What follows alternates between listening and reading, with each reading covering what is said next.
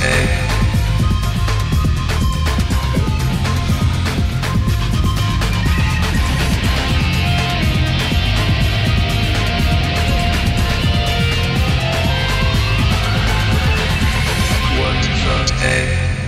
everybody, welcome to What the Tech. I'm Andrew Zarian. Of course, I'm joined by Mr. Paul Thurrott. How you doing, Paul? Pretty good. Pretty good. How are you? Awful, actually. I'm sorry. Today is a very hectic day in my life. I have a man on my roof right now working on the roof because we realized that there's a giant hole in my roof that we had no idea about. So we have that happening right now. I had to send back a bunch of packages this morning. I had to drop Jess off at her job because she's going to the car dealer afterwards to drop off the lease, and then she's getting a ride to go pick up the new car.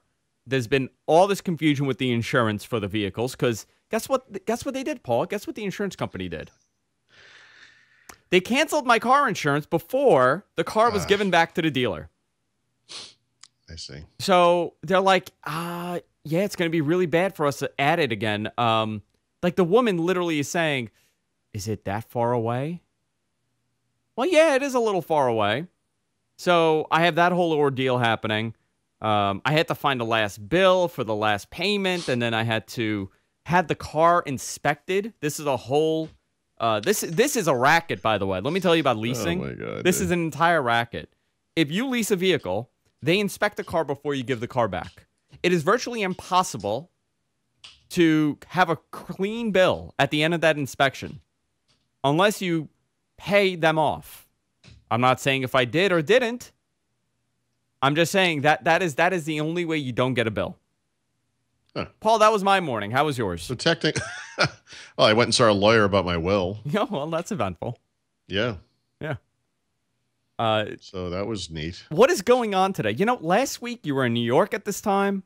I know. 2:30. I could have gone to New York Monday, and I could have gone to New York next Monday for the Microsoft Store thing, but I got to fly to Vegas on Tuesday, and I just can't. You know what, Paul? You're ruining my week by not coming. I know. That's exactly what's happening. But, oh, did I tell you, by the way, thanks to my many trips to New York City over the past 5 or 6 weeks, I now have select status on Amtrak. Oh, so you got like the first class? Yeah, I get first class upgrades. I get to use the lounge in New York. How? What are the first class? I don't fly. I don't fly Amtrak, Paul. Yeah. When you come down with Amtrak, what are the first class? Because I know you go business, but is there? Well, so on the normal non-Acela trains, there's 2 classes of service. There's normal, I don't know what they call it, and then there's a business class. And then on the Acela, there's also 2 classes of service, but the lower end one is business class, and the higher end one is first class. And the business class on the Acela is way better than business class on the normal train. It's a nicer train. It's a less rocky ride. It's a faster train. Fewer stops. Yeah. That kind of thing. So, you get a handful of first class upgrades, which is kind of nice. I love going first class in the Amtrak. Seriously, it's like flying must have been in the 1950s. It's the best. If you were to fly to New York, if you had flown to New York, all these trips, you probably would have been upgraded to Mosaic on JetBlue. Yeah, actually, I'm a little nervous about Mosaic because I thought, let me look at this now. I thought I was going to hit Mosaic by now, and I haven't. And so I finally looked it up, and I'm actually not that close to Mosaic, and I fly a lot. So I'm going to Vegas, next week, like I said, and I got to see if that puts me over the top. But well, the thing about Mosaic, by the way, this is this week in travel on the GFQ network. The thing about Mosaic is that you lose points after the year.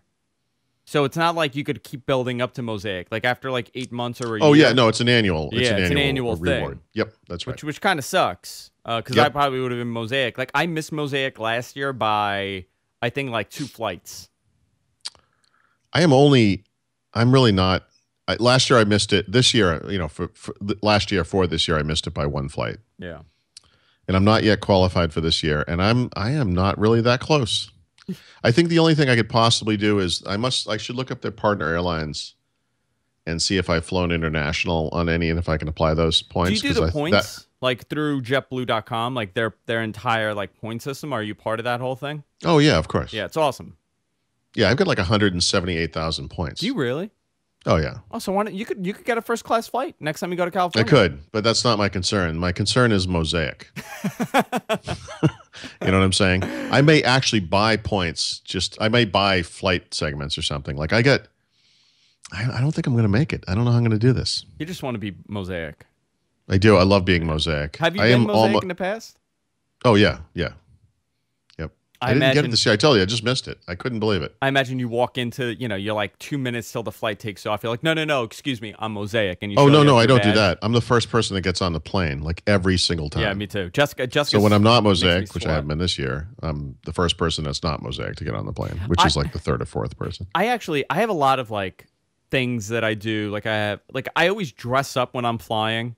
Like I don't wear sweatpants. Like I'm always in like my normal attire. I don't dress in pajamas like most people do when they fly. Right. Like right. most people dress up like they're doing dumpster diving when they're flying. I'm not kidding you. I've experienced some crazy things on a 6 a.m. flight out of JFK. If you're in JFK, and we're gonna get to the tech stuff, guys. I promise. And I promise it's gonna be good this week. Well, I'm crossing my fingers while I say that. You're kind of overselling this. Well, there's a lot. We got to talk about the Surface Book, your review of it, the Surface Pro 4, all this stuff. But okay. If you have ever been in JFK at 6 in the morning, it looks like the poor section of Calcutta. I mean, this thing is devastating. I don't know how to explain it. The only thing missing are people just like hanging on to sheeps and goats and just trying to bring them on the plane because they try to bring everything.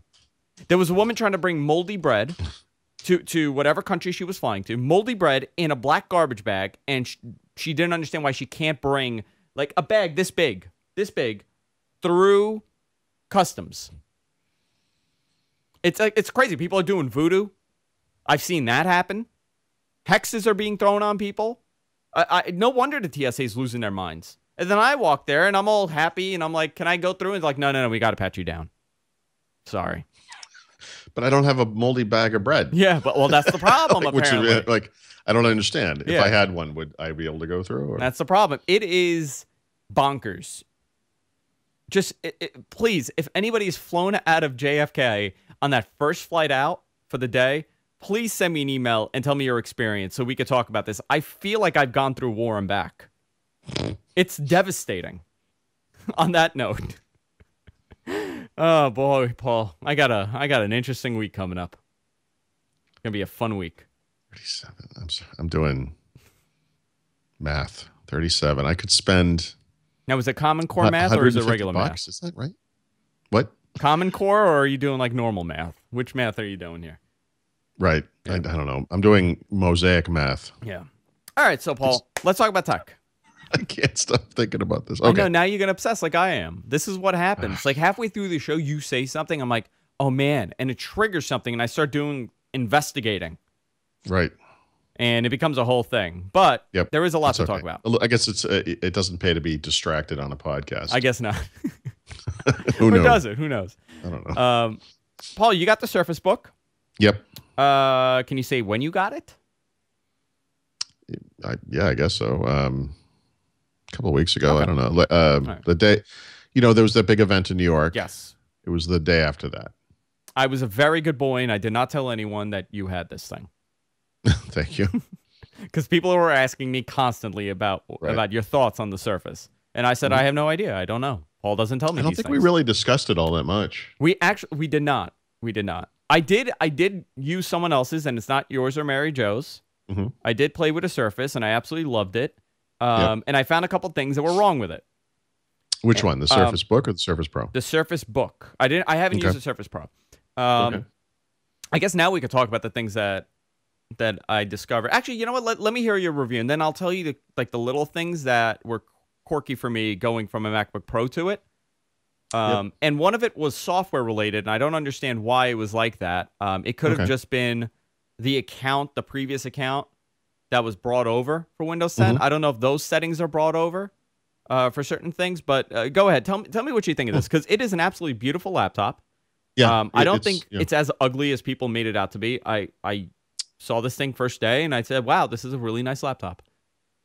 Yeah, it's really attractive. I mean, I think the issue, and I had the same problem when they introduced it with the video at the event.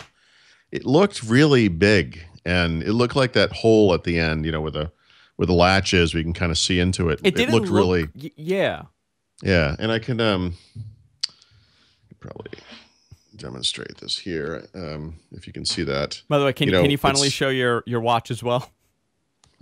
no, No. and it's not as bad as it looked in the video. Okay. And it's not as big, like it's not as thick. That said, this thing is still, yeah, it's big. It's a laptop. It's not an ultrabook. Now, right? it feels a little awkward when you open it up because a lot of the weight is in the screen. Yeah, Because it's a it's so not a traditional laptop. I've used a lot of devices that are actually a tablet, so they're kind of top heavy. This I didn't. I should have put this in my review. I have a second review I've got to get up about the i7 version, but it actually, one of the problems I have with this is it's really hard to open the lid. Like it's almost like it's magnetized together, like you're trying to Yeah. detach it and it won't detach. I don't think it's related to the weight. Well, maybe it is.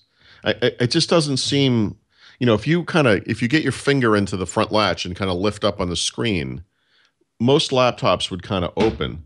But with the Surface Book, you can literally lift it off the table and it will not separate. Yeah. You really have to. Oh, jeez. Is it? I should have done that. No. Uh-oh. Oh man, that was the best.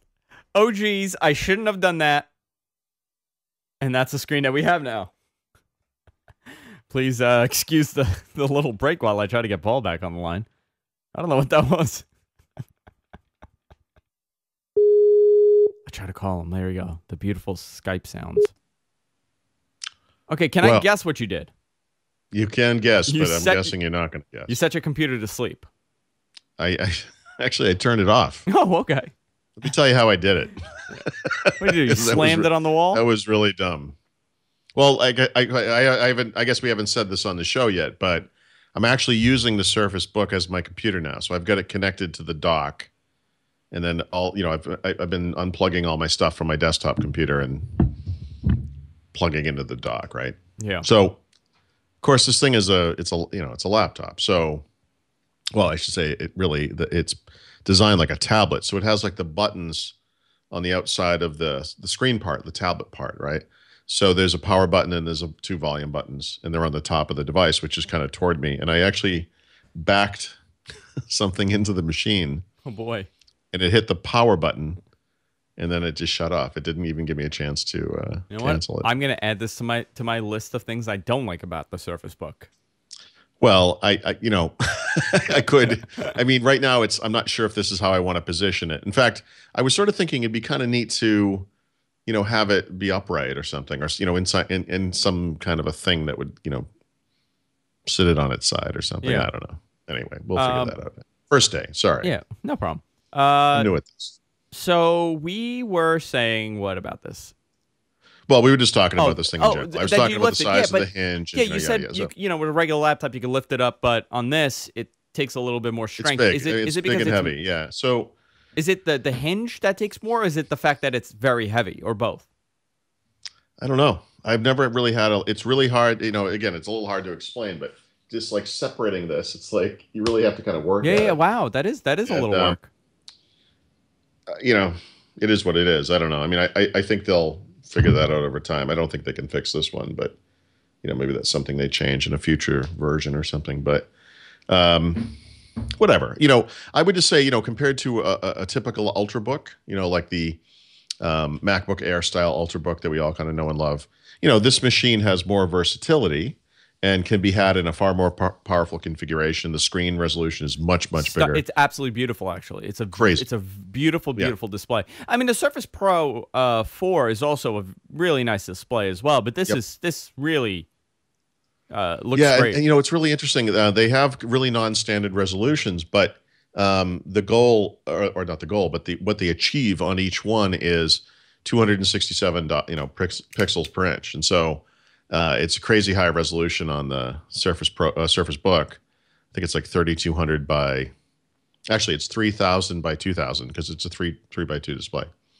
So really high res. And then the Surface, Pro, because it's a smaller screen, is something smaller. I don't know the exact resolution, but same PPI. Yeah. Battery life seems good, although I need to keep testing that. I've had some inconsistent results there. The pen is awesome. The keyboard is awesome. Paul, what's the battery life? The glass trackpad is great. What's the battery life on when it's a tablet? It's under 3 hours. Under 3. Okay, so that was true what they said. Yeah. 2/3 of or 3/4 of the battery, whatever the figure is in the base, not in the top. And there's two reasons for that. One is it's a laptop, for one thing. It's meant really to be a laptop, not a tablet that turns into a laptop. But if you had more battery in the top, it would be top heavy, right? And it would topple over very easily. So this was the compromise that they made. I think it's a fair one. So I don't think is the base primarily all battery? Yeah. Okay. Yep. Yeah, there's some expansion in there, obviously, or maybe not obviously, but there's USB ports there, and a SD card. That's just USB stuff. There's a mini DisplayPort out, power connector, and then if you have one of the higher end versions, they also have those, models that have a discrete GPU, like some kind of an NVIDIA GPU. Yeah. And so that would be in the base as well. You do not have that model. Right? Actually, I do. Oh, so I have okay. one of each. I have one that doesn't and one that does have the GPU. Okay. So how what's the comparison there? Have you noticed any? Right now, are you on the one with the GPU? Yeah. Okay. So the way I've been testing this is to run games, and and I've been running benchmarks just to kind of see what those are like. So benchmark wise, actually they're pretty comparable. This is off the top of my head, but I was surprised by how they weren't that different. The non-GPU version is an i5 versus an i7. I think it's 8 gigs of RAM versus 16, in the higher end version. But the difference is you can run games like Far Cry 4 at 1080p or whatever, and they're awesome. They're really, really good. And so I got to try to figure that one out, how I can determine the difference there. But, honestly, for myself day to day as a productivity worker type person, I would never get the GPU. And most people, if you have a laptop, most people are just running the Intel integrated graphics anyway. The whatever the latest one is. Yeah, and that would be fine for me. Yeah. So when I use it, here was a couple of things that I noticed.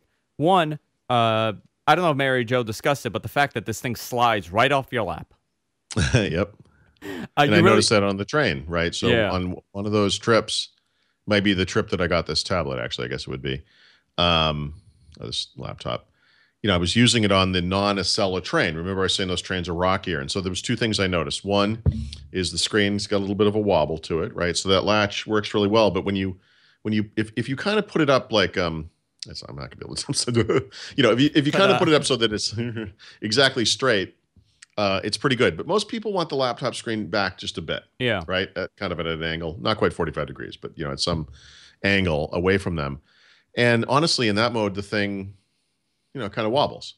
The other thing I noticed was that on the table that I was able to get in on the non-Acela train, it actually slid around on the table as the train was shimmying around. And so I've noticed that before with mice. I mean, obviously a mouse is like a little mobile little peripheral. It can slide around on the desk. And so trains can be kind of comical because you go around a turn and the mouse goes sliding off the edge of the table or whatever.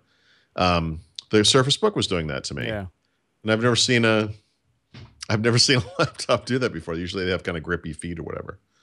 And actually I can show you. Maybe I should show you that. So if you look at the back, you can see the strip at the bottom and the one at the top. That's the feet, right? It's a very thin, small area. That's pretty much supposed to keep it from, sliding into the second row. And honestly, on a surface like this, where I kind of push it, you can push it along the desk, but it's not super slippery. But on the train, it was all over the place. Yeah, I noticed that too. It's a little awkward, the weight distribution, which that's a very easy fix. Slap a couple bigger batteries in the base, and you'll be okay. It'll balance it out. Yeah. And remember, this is the first gen device, guys. So the things that I'm complaining about, it's very nitpicky. I think it's absolutely beautiful. The trackpad is the closest I have ever seen come to a MacBook. Yeah, it's very good. With that said, it is still not at that level. That's exactly right.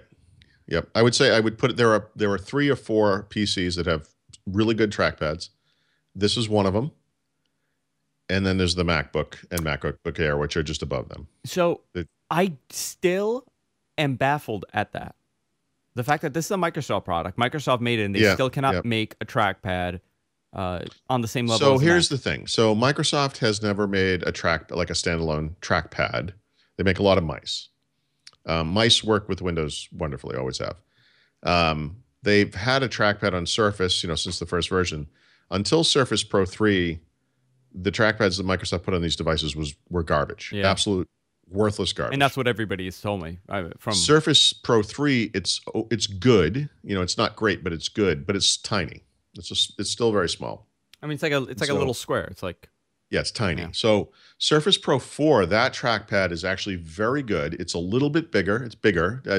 We would say a nice size. And then Surface Book is even better. It's bigger. Again, it's glass like the one on Surface Pro 4, but it is it's very good. I think that's the way, in other words, Surface Pro 3 good, everything else garbage. This one is very good, but Apple MacBook Air superb. Not MacBook. I'm sorry, not MacBook. MacBook Pro, MacBook Air. Superb. The trackpad on the MacBook is ridiculous. I haven't used the trackpad on the MacBook. Terrible. It's terrible. Yeah. So, all right, going based on my experience, but I was shocked at that, but it is very, very good. Now, one thing that I highly, highly recommend, okay? Yep. If let's say you have a desktop, for example, and you're using the same account on this laptop, on any laptop, it may not just be a Surface thing, but on any laptop, by default, because you're using a mouse, I've noticed that Windows sets the cursor precision. Oh, off. You think it's the same on every one? Okay, it sets it as off. Now it's not for everybody, but I checked throughout the last week because I saw this on Mary Jo's laptop. When you say precision, you mean there's a setting in there that says precision trackpad or precision clicking. Touchpad, yeah. So what that does, so let's say you're scrolling to the corner and you want to hit X, that guides it and makes it easy where it's not shaky.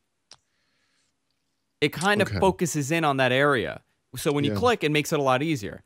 On majority of laptops, probably like 4 or 5 of them that I saw. The majority of laptops don't have precision touchpads, for one thing. But it's a setting. Like I have one on mine.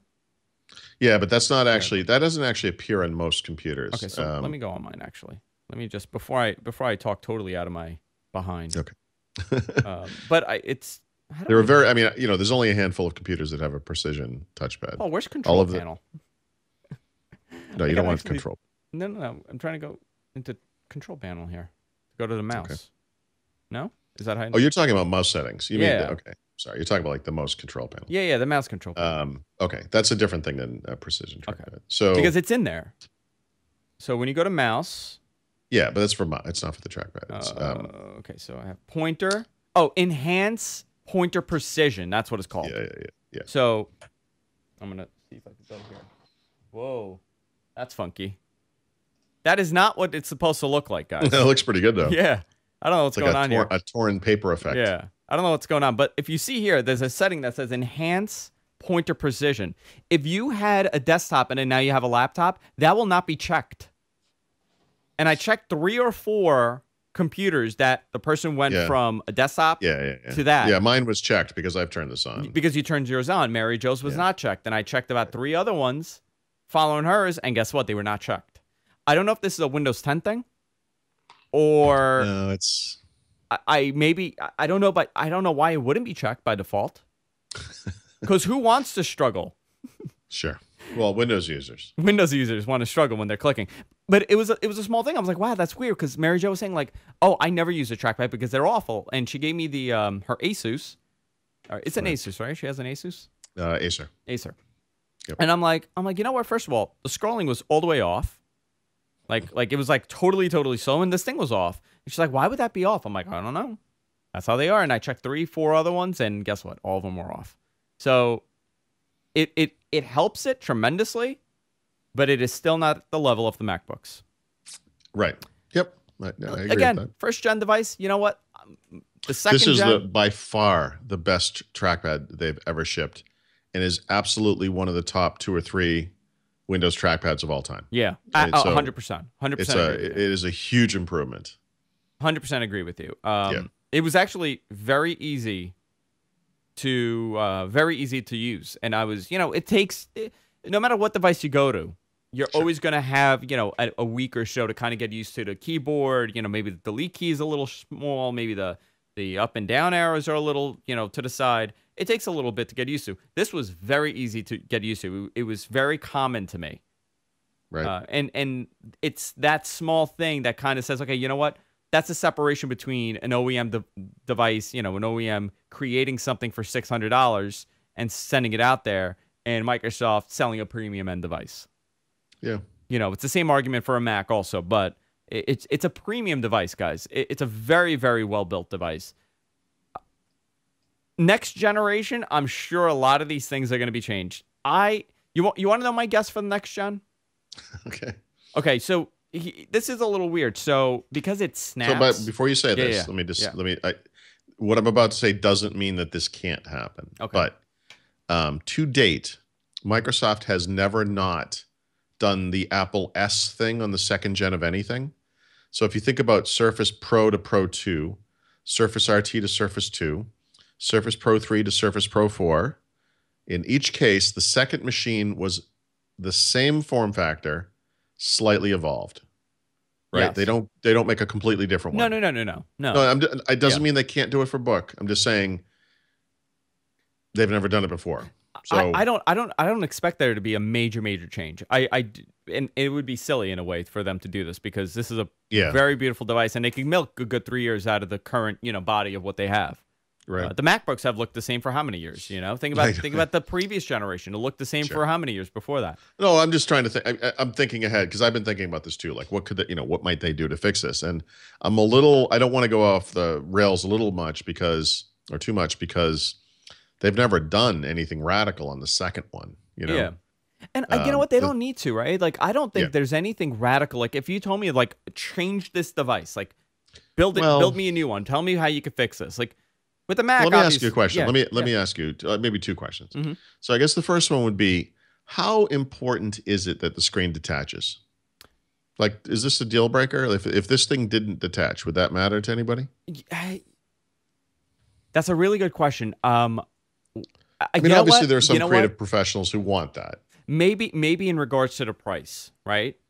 Mm-hmm. I think that would be the issue here. I think the way that you justify the price at being, at a premium level, is by having this extra thing. Like, wow, look, you could detach it, and it's also a tablet. So really, it's a 2-in-1 device.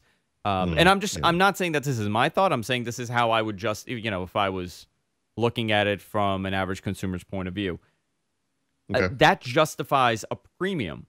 Now, to me, I'm most likely never going to detach this thing. We spend money on different things to get to a premium experience, right?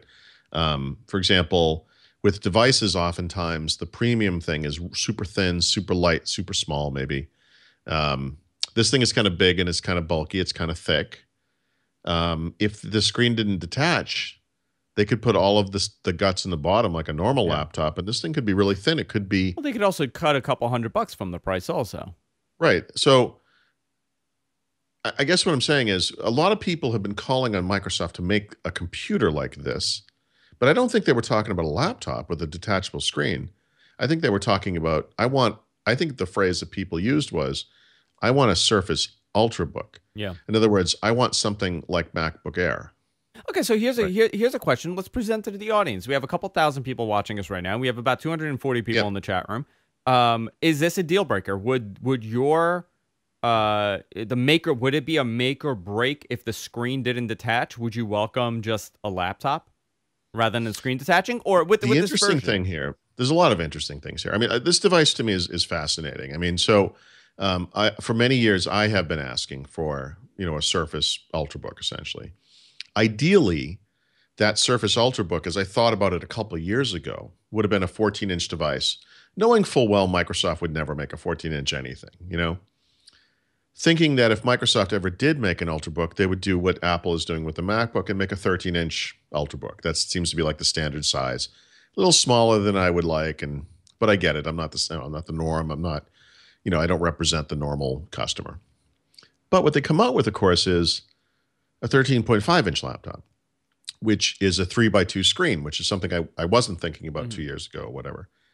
So a 3x2 screen is the height of a 14-inch laptop and the width of a 13-inch laptop in a way.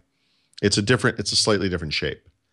So you actually get a lot of the benefit of a 14-inch screen, but in a more of a square form factor. Full-size keyboard, huge trackpad. And so they really have. Look, I'm not a tiny woman, right? I can carry this thing around, no problem. I'm not a child. I'm a tiny man. You're, yeah, I would say you're a normally sized man. But I mean, I think most adults, man or woman, that, if you're carrying a bag of some kind, and by, like a laptop type bag or a backpack or something, I don't think this is an onerous machine per se. Certainly for me, it isn't. But I just wonder if there isn't more of a market for a traditional Ultrabook. Okay, so I'm gonna think like Microsoft. Okay, not that I know how they think, but I would say, listen, guys, we can't really. We're stepping on the toes of the OEMs anyway with the Surface, right? We are pushing. So how do we want to build this laptop? People have been asking us to do this. People want, Microsoft branded hardware. How do we not upset them? Well, maybe we should make something that is not a traditional Ultrabook, so we're not really hitting their, they're pretty much pricing themselves out of the game by creating this device, because they're not competitively priced with the OEMs in the sense that it's a detachable laptop, it's a premium device, they're paying a lot. You could buy an Ultrabook for $1,200 and get the same components, but because this thing is Microsoft and because it's a detachable, flat tablet, I think that's how they justify, A, the pricing, and 2, the fact that they're not really going to upset the OEM. Yeah, that's fair. Except that, again, in this modern day, everybody's making everything, No, I was going to say more along the lines of premium is not always big and bulky. I mean, premium is often very thin. I guess to compare it to cars, this thing is like a Land Rover, a Range Rover or something. It's not like a Porsche convertible. Sure, I don't know if that makes any sense. But. I don't know. It's interesting because I'm looking at the chat room right now, and a lot of people are saying that they would want the detachable screen. And it's not a make or break, but they really would like the detachable screen. And I think it's a very nice perk. I think it's a very unique thing that they did with this device, because I don't think people expected it. Oh, that's for sure. And now that we have it, you're like, well, yeah, this makes all the sense. This is how it's supposed to be. Well, I don't know. So I guess what I would say is, but isn't this? I mean, this is just a Surface. I mean, it's a bigger Surface with a better keyboard. That's all it is. Okay, but consider Surface Pro 4. Yeah. Right. Consider some of the competition to Surface Pro 4. Which new is everybody. Lenovo that looks just like a Surface Dell, Pro. The Lenovo, Dell, like the new HP. Look, whatever. Some of these devices have something that Surface doesn't, which is I should say, I assume I've touched them and used them, but I don't have them here for testing, but they seem to have better hardware keyboards, right? So there's kind of a middle ground between the type cover and the great laptop keyboard that you see in the Surface Book. And I guess what I don't quite understand is, like, rather than make this new machine, what they could have done, perhaps, was here's Surface Pro 4, exactly what they announced. Here's the new type cover. It's nice and improved over what we had before. But here's this other thing. It's a hardware type cover. It's a hardware keyboard. It's thicker. It's going to add a little bit of thickness to the device. It's going to add a little bit of weight. Maybe there's a battery in it, gives you some extra battery power or not. I don't actually think that even matters all that much, but maybe there is, maybe there isn't. In other words, give you that, like, essentially that base. Yeah. But give it on the existing device, Now, to kind of go back to things that I would change with the Surface, or you would change with the Surface. No, I think that makes, first of all, I think that makes a lot of sense. The problem with the Surface Pro series, I guess, has been the keypad, the keyboard. It's not been great. So maybe this was the answer. Maybe this was like, oh yeah, you hate the keyboard. Here you go. You got this device. Do you think, before we tear apart the current, do you think they're going to announce a third device where it's just a laptop, something to get you in there, like an Air? I don't know. And I was so we were just talking about the next book, and actually, where your mind should also roam a little bit is to Surface 4, right? So we have a Surface 3, which is kind of a small Atom-based version of Surface Pro 3, right? It has its own type cover, which needs to be brought up to date. They have to make a new type cover for that. The interesting thing about the Pro devices in the book, which is really a Pro device, is that they support this new dock because they have that Surface Connect port, right? They use for power. Surface 3 doesn't. So what if Surface 4, what if they added that and then the dock would work with all their devices? They added the better type cover, Honestly, I think it would behoove them to use the same exact size screen as Surface Pro 4, and just do away with the two different sizes. But whatever. That might solve the issue, maybe. Just having I think the point, if is to have a slightly cheaper device. You have these really kind of high-end aspirational devices, but you want to give people who can't afford that a way to get in. And that would, Surface 3 today kind of achieves that, but it's behind on a couple of things. Yeah, so pretty much you would say, okay, well, you have the entry level for the Pro series or the Surface, the Surface tablet series. Why not have it for the books also? Maybe. That makes a lot of sense. Maybe.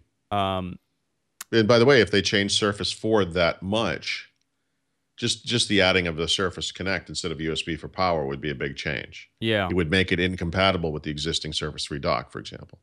So if they did that, then why couldn't Surface Book 2 also be fairly radical? Maybe they get rid of that hole, Maybe they give you a hinge that lets the thing go all the way back or something. Yeah. Yeah. Well, okay, so that would be the thing that I would expect. If I were to take a guess right now, two things that I would see in the next version, I would see probably a slightly better trackpad, and I would see the hinge be able to go backwards and become, a convertible rather than undocking it, popping it off, swishing it. Yeah.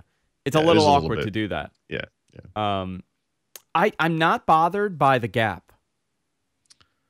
I know a lot of people are. I'm not 100% sure I am either, to be honest. I know you were bothered by it. The thing is, so I've only had it for a little while. It's been a couple weeks. So I'm going to travel with this thing more than I have, and I'm going to put it in my bag like I've been doing, and something's going to get in there. I mean, and I'm just nervous if it's going to scratch the screen. Will it scratch Well, God forbid you got like scissors or something in there. Yeah, right. Or the pen. Or a pen. The pen. Actually, the pen wouldn't quite fit in there. Listen, it's a very nice device. If you're in the market and you want to spend the money and you want to get this device, I highly recommend trying it out. Go to the store and use it first, but it's a very, very nice device. There are a few weird things, like I don't like where the headphone jack is. I know. That's actually really awkward. It's kind of hard to explain, but if you picture a screen, it's right. It's up in the corner. Yeah. And so the headphones you might wear in a plane are dangling off the front, and they're kind of in the way. The problem is, right, this is how you're viewing this device, right, when it's docked. Yeah. So it's to the side, but it's awkward. So it's way up on the top. It's way up on the top. So let me see. It's like here, right? Yeah, it's here. It should be probably on the bottom, but the way that they justify it is that if you flip it and you're using it as a tablet, guess where it is? No longer on the top. It's no longer on the side like that. It's at a normal place. So, I don't know. I think that we'll get a redesign on that sense. I'm amazed on how the fan does not turn on that thing. Yeah, so I've only seen the fan twice in any meaningful way. One was when I was playing a game, which is completely understandable. So where is the fan located? Right in the middle? Like physically, yeah. I'm not actually sure where it is, because of course they have the active cooling system all the way around. By the way, no one's really written about this, I don't think, but there's a neat little pass through for the active cooling system that goes through the hinge.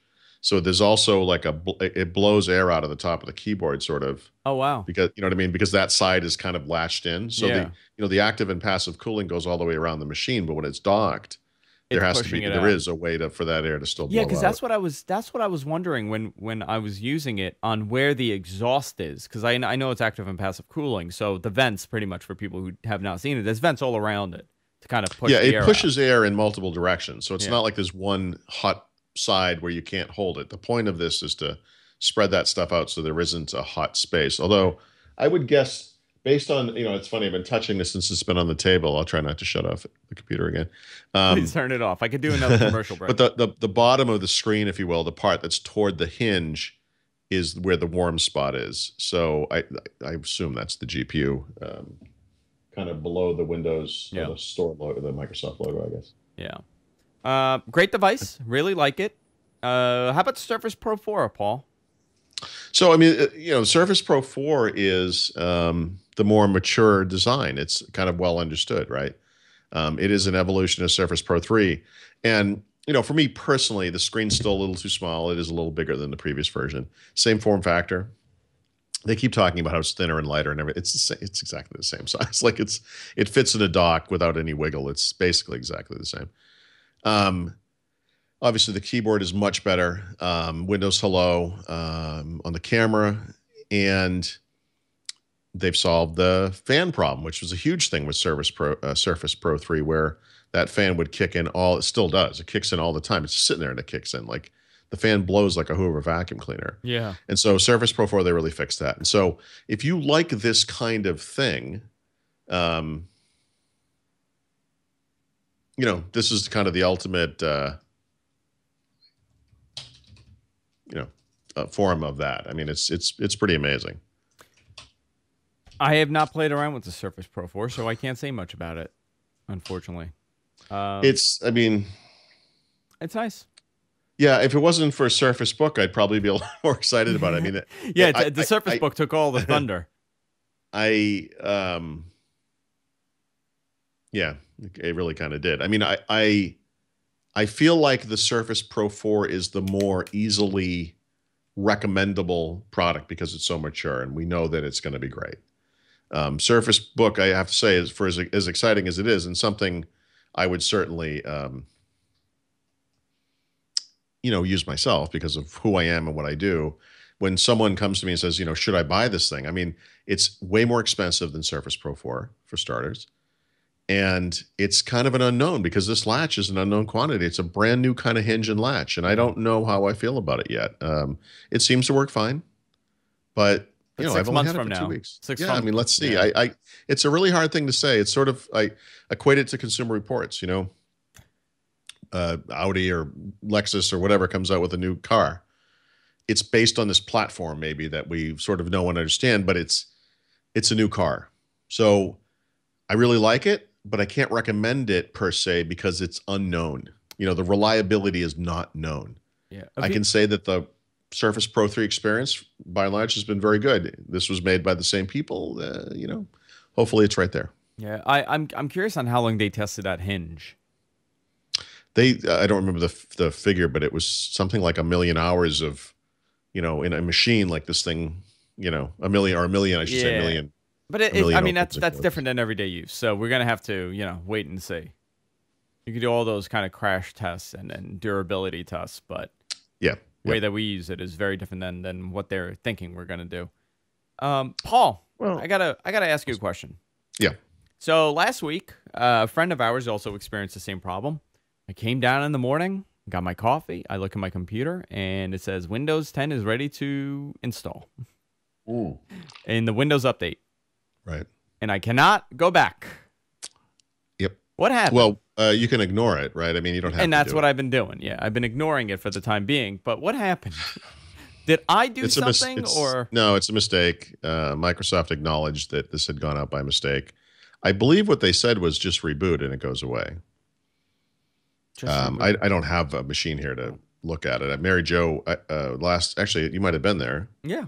We were talking on about her the same laptop. problem. It had, yeah. So, it was just a mistake. You don't have to do it. It should go away. So I don't know. It was strange because I thought maybe I hit it, and I was like, it was weird, and I had no idea she experienced this. And we were talking about, I'm like, it was really weird. I woke up in the morning, and instead of Windows 10 is, in the Windows update, it was there. It was ready to install. Yep, a lot of people are saying this. Yeah. I guess, it's not that it's a bad thing. I guess if you're going to force people to go and install it, Why not just do it for them at this point? I mean, I still have this annoying pop-up coming up. It says upgrade for free to Windows 10, and we'll throw in a personal assistant. What is that? Oh, Cortana. It's talking about Cortana. Windows 10 comes with Cortana. Sure it does. And if I have no idea what Cortana is, I'm going to say, what the hell's Cortana? Who wouldn't want that? Who is Cortana? Why does it come with it? Who wouldn't want it? Yeah, who doesn't want Cortana? You know what's really funny? I was at the car dealer, and I went to the Cadillac dealership because I was thinking about getting the Cadillac SUV. Right. And the guy starts telling me, he's like, oh, what do you do? And I was like, I do a podcast. And he's like, oh, my friend does an Xbox podcast. And he told me the name, and I can't remember the name. But okay. But I think it's a fairly popular Xbox podcast. His name is Major Nelson. No, yeah, you know what? I was thinking that. That would be so awesome. I was thinking that because his friend knew who you were because we started talking. He started texting his friend. So he starts telling me all about Cortana and how he loves Cortana. And I walked out of that. I go, I'm not buying a car from you. That is not happening. No, the guy was all excited about Cortana. I'm like, you are the only person that I've spoken to in the real world and in the imaginary world that I live in with technology that someone is that excited about Cortana. Yeah. I was blown away on how excited this guy was. I has even heard of. And then I asked him. Is the way I would say it. Like, you know about this thing? Well, I was stunned, and I finally asked him, like, do you have a Windows Phone? He goes, no, I have an iPhone.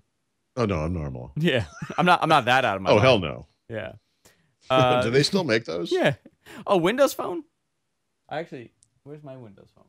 I have a Windows Mobile. I found my HTC Touch Pro, and I was using it the other day. Jeez. With the stylus, just tapping away. Apple TV coming out next week, Paul. Is it coming out next week, or how's this working? That's a rumor. You can't pre-order it, right? 28th, right? That's the date. Is it? Do we already know that? Tim Cook said it. Tim Cook said next week. Yeah, but when did he say that? This week. I think Monday. Oh, like right. Yeah. Okay. Yeah. And I think that was the date. 28th was the date. You know what's amazing? I'm going to be away. Bastards. I have yet to... a lot of information is not coming out for what apps are going to be in this. And I'm actually a little surprised by that. I would assume that they would be, talking about all the partners that they have now. And so I think it was just yesterday, because I'm on the Apple developer program thing, I actually got an email and it was like, hey, submit your apps for the Apple TV. And it was like, guys, like, talk about cutting it close, But they've had a couple of releases of the SDK, and I guess if you were going to make an Apple TV app, you've had time to kind of work through that. But we're not really. I'm still not really sure on what developers they're allowing. Are they allowing everybody? Are they only reaching out to certain developers and putting everybody else in a queue? Because the last thing that they want it's not going to be like phone. I mean, it's going to be a little more curated because this is TV, and this is the situation people are going to hit on the Xbox One when the universal apps finally show up. It's not like, hey, I've been working on this, RSS reader since, last June on Windows 10, and now here's the version for Xbox. It's like those apps are not getting on.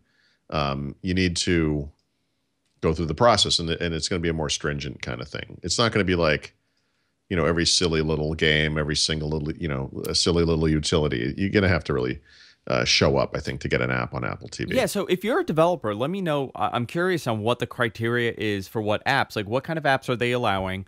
Are they saying, okay, well, if you're a game developer, this is the game that they got to do? And are they personally testing these games before they put it in the marketplace? Because this is a make or break thing. When you on your phone, you could forgive a lot when it's a crappy app. Sure. When it's on your television, you're not going to be as forgiving when you're in the middle of a game or you're in the middle of using an application and it's constantly crashing. No, it has to integrate with the whole thing. It has to work right. Yeah. So, but that said, I'm not worried about Bob's utility app that no one's ever heard of. What I'm worried about are the big apps, Netflix, Hulu, etc. What I want to see is, the Microsoft Groove app happen or whatever. So I do think we're going to see those kind of, I don't know, Groove. I haven't heard about that one, but it's all the apps you would expect on Apple TV are absolutely going to be there.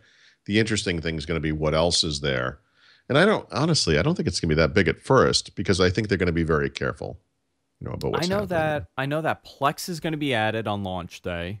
because they were working with them for a while. So everybody can now pirate their, use a server and log in and watch their pirated films.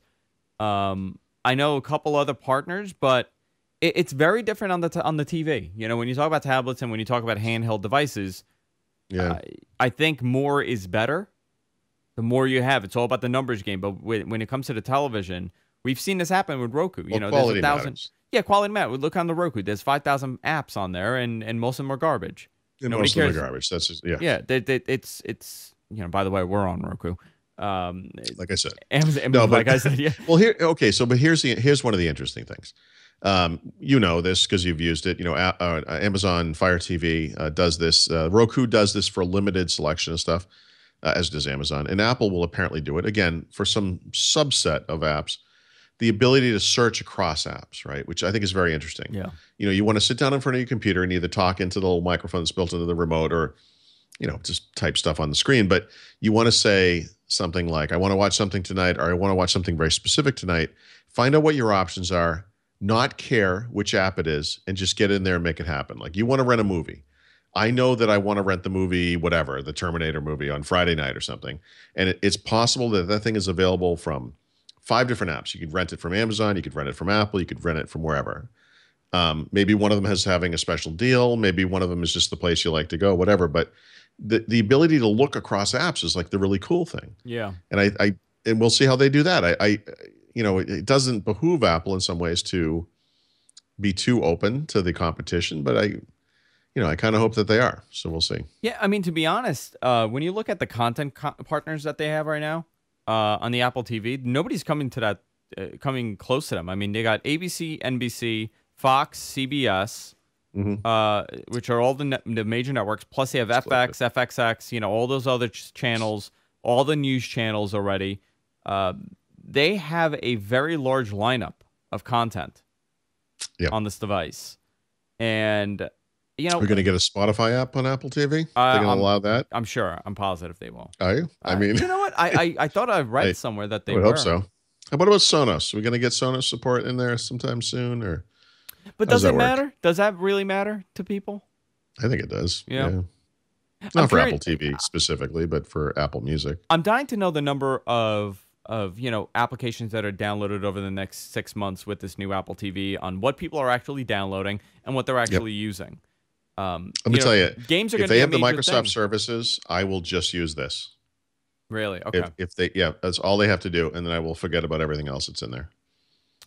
Yeah, I'm really hoping that they really push the app development for gaming. I don't think that they think it's a major part of this device, because they have yet to come out with a control, with a normal traditional controller. You get a third-party one, but they don't have one. And I was surprised at that. I don't know, Paul. I'm kind of excited about it. $149. It's a lot it's a lot of money for another set-top box when most people have everything. Again, if it is the ultimate set-top box, then people will pay for it. Yeah.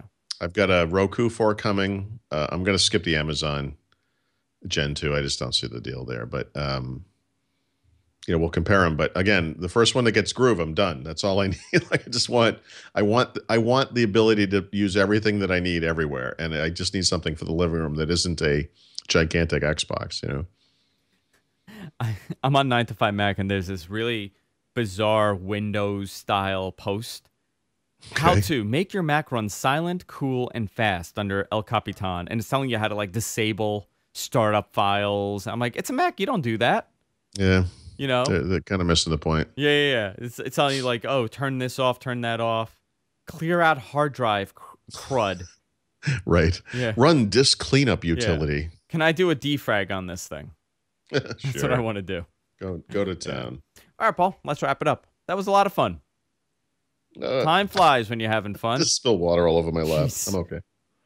You know what? I'm having a rough day too. Go to our website, gfknetwork.com. Guys, if you're watching live, stay tuned. We're going to do our bonus show right after this. We're going to hang out for a little bit.